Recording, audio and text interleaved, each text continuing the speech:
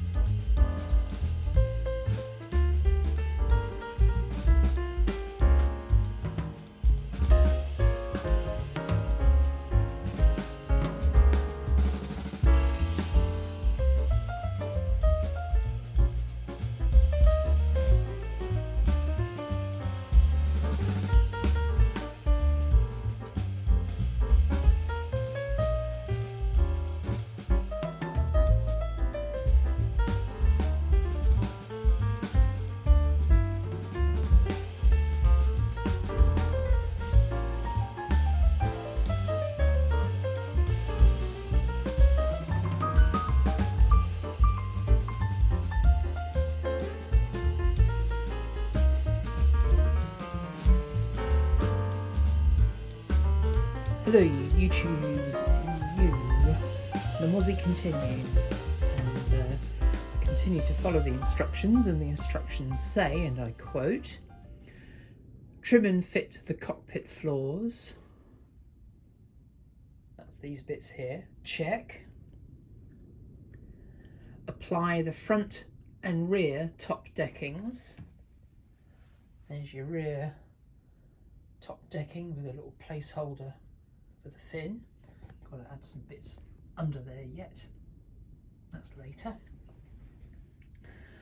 And there's the front decking, which I've only loosely glued with a spot of glue there, one there in the corners. Now why is that? Because that is now a sealed empty box temporarily, where I can add nose weight. I am going to add more nose weight on the front of the plane once I've got this nice block of balsa glued on. It needs a little sheet more, just to sort of make the correct length for the nose, and I'm going to hollow that out so that can carry a big chunk of nose weight, and I will also just glue that on temporarily in the corners when I do all the shaping. Anyway, getting ahead of myself. It then says, and enclose the fuselage by adding the lower deck. Well, hold your horses there, Mr. Nijhuis. One thing I have a dread fear of doing is sealing up a fuselage without first putting in the electronics. And I think the servos are going to sit somewhere around here. Receiver can tuck up in there. The battery takes all that space there, and it will sit tight up against the bulkhead prior to the nose cone going on. Nose cone, that's the shape of nose cone. So I've got to work out where the servos go, where the push rods, and they're flexible ones fortunately. They're obviously going to go through that pre-cut hole there, but it's where they come out either side for rudder and elevator. My preference is just to have all that in place before I seal with the top piece, which is here, dunk, like that, and then plonk that bit on there to seal the bottom of the plane. Unfortunately, this piece is like a sheet of iron. It's a really hard piece of balsa, so it's going to be fun to try and make that squeeze around that gap, that curve. But it's strong because it's going to take the brunt of some of the landing friction. But yeah, whatever. Anyway, that's where we're at. I think the next task is install the electronics. Here we go. Okay, here are the servos, which are 9-gram jobs from the lovely George Worley at Formax. Yep, if he's selling them, they're good. You can rely on that. He does a deal on a pack of 5, but don't need 5, only need 4. And this one is left over from another pack of 5 deal that on his servos. Don't need that either, so I'm not adding flaps or anything. So it's, again, essentially a very simple model. What to say next? Oh, the receiver. I still haven't decided what receiver I'm going to put into this model. Whether I go for a full fat spectrum programmable safe an AS3X job, or whether I just go for a 410 or something. Don't know. That decision hasn't been made, but it's not crucial for right now. Anyway, next job is to install servos, so let's crack on with that. Here we go.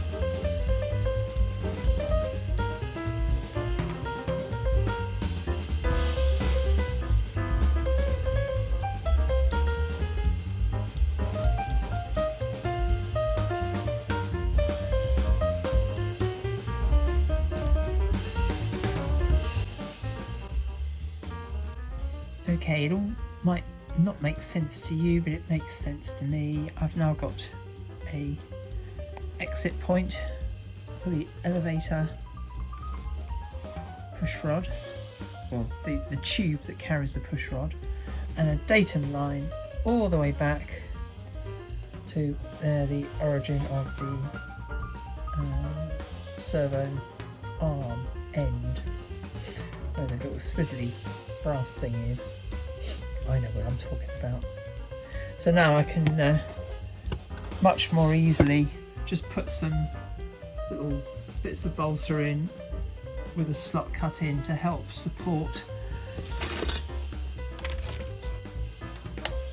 a snake and keep everything located, and so it won't sort of bend and flex under load from the torque of the servo. There we go. Easy.